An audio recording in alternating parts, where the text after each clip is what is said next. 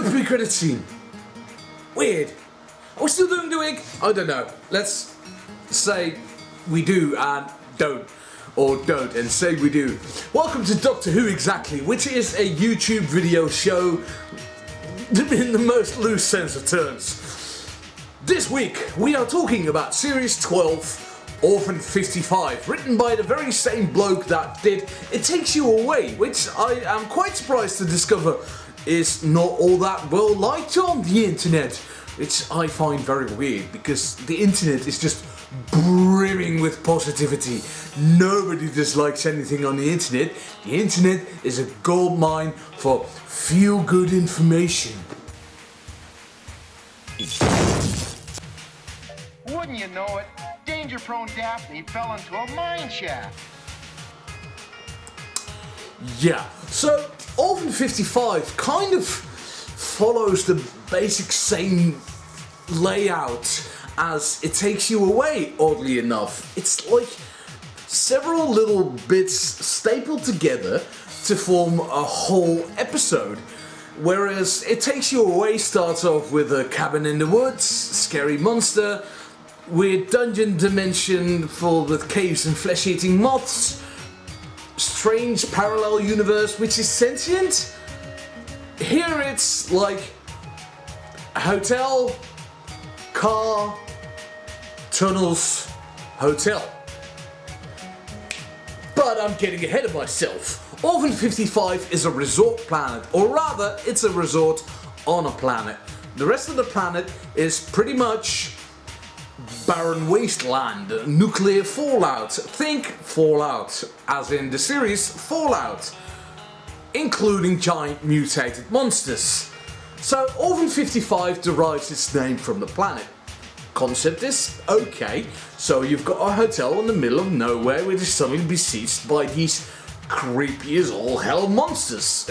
And to be fair, these Dreg designs, they look pretty boss. I really dug them, and they have this weird mutant adaptability where they are like the Borg in Star Trek, except genetics, so they're like Doomsday from the comics, the creature that killed Superman, constantly evolving in order to be able to survive in extremely harsh conditions. And they eat people. Cool, what more do you need? Well, according to Ed Hime, writer of Orphan 55, you need a little bit in between, and then another little bit in between, and then go back full circle to the original point. There is a lot going on in this episode, is what I'm saying. There's viruses, there's a terrorist subplot, there's these monsters. We're finding out that the planet was, spoilers, Earth all along.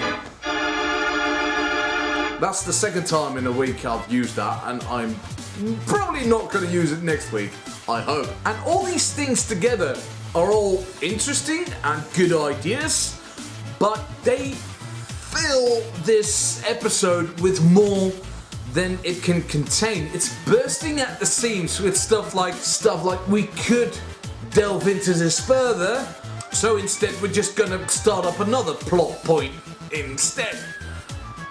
It really bothered me, and at no point did I really feel this episode was bad, but it was really hanging off its hinges. It was not doing it for me at all. So after the Doctor and her friends arrive in this resort, they get greeted by Bart from Spaceballs, and except she's a girl now, and Ryan contracts a virus, some kind of a weird worm physical thing. It's like this big that lives in a vending machine.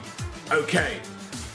And then these monsters attack because they managed to get through this DNA ionic membrane, which is supposed to keep out living beings that are not humans. So that does it very well. How they get through, we don't know. And then they kidnap an old man because we don't get a reason. Literally, one of the biggest plot points is that the old man in this episode, who I thought was Mr. Copper from The Voyage of the Damned, but he passed away sadly apparently, I've forgotten about that. Anyway, tangents over.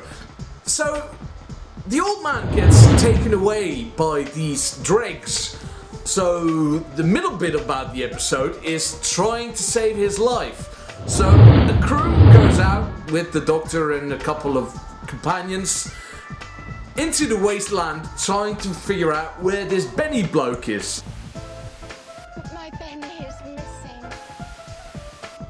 Hello, I'm from the future. When I'm editing this video rather than shooting it. That's her entire character. And then we find out he's still alive, but we don't get to see him, and he says, "Please shoot me, you don't know what's going on." Why don't we know what's going on? I think it's very pivotal in an episode about anything that we, the audience, know what on earth is going on. Literally, it's on Earth. You maniac! You blew it up! So they have to escape from the van and go through a cavern system because now they're surrounded by drinks. Because he got shot by one of the good guys, question mark. Right, so in this cavern system, this is when we start to introduce the terrorist subplot. Because a neglected daughter wants to blow up the company her mother owns because she never spent time with her. Right. Cool idea. But we can't spend any time with that, except for the fact that this is just to give the episode a climactic, explosive ending. Righto, righto. So there's a teleporter at this hotel, right? And they have to find fuel, but they cannot make this fuel except for this virus that Ryan contracted at the beginning of the episode, which coincidentally turns this random piece of mineral into a fuel type piece of mineral. Right, that's very handy dandy. Why did we need that? Why was this a plot point? They could have just, taken the entire virus thing out and just said, like, we have the fuel type mineral. It's just the machine that's a little bit broken and needs some tinkering. It feels superfluous. It doesn't feel needed. It doesn't add anything. There's a lot of that going on in this episode. And it frustrates me. It's like either make it more episodes or take this plot and write it for something else. Oddly bits out. Series 10 with Peter Capaldi, the episode Oxygen, written by Jamie Mathis, did this. He originally wanted to have a subplot going on about how the space station where all these oxygen-deprived zombies were going around was actually owned by a character referenced in an earlier episode. But they couldn't find the time to slide it in there. They couldn't find the time to let the episode breathe hot oxygen and have it progress naturally. Which leads to this. This episode is just a mess, a big old mess. Nothing really, like I said, nothing really bothers me like that was hackneyed or bad acted. Just, oh my god. Oh, and Doctor gives some political speech about, global warming and how it's bad. Because Doctor Who's never been political. Capitalism is bad. No, seriously, capitalism is bad. Nazis are bad. Communism and the homogenization of humanity is bad. Smartphones are literally taking over your brain. Reality TV rots your brain. Immigrants aren't evil, you should not put them in death camps.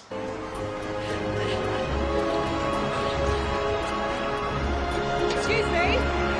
Where are you taking her? Where are you going? Where are you going? Where are you going? The United Kingdom joins the EU.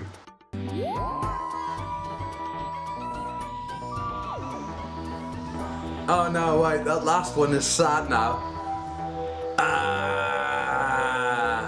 Anyway, I give this episode a solid. I probably won't watch it again, except if I want to see the cool monster designs. Algorithms, see you, bye.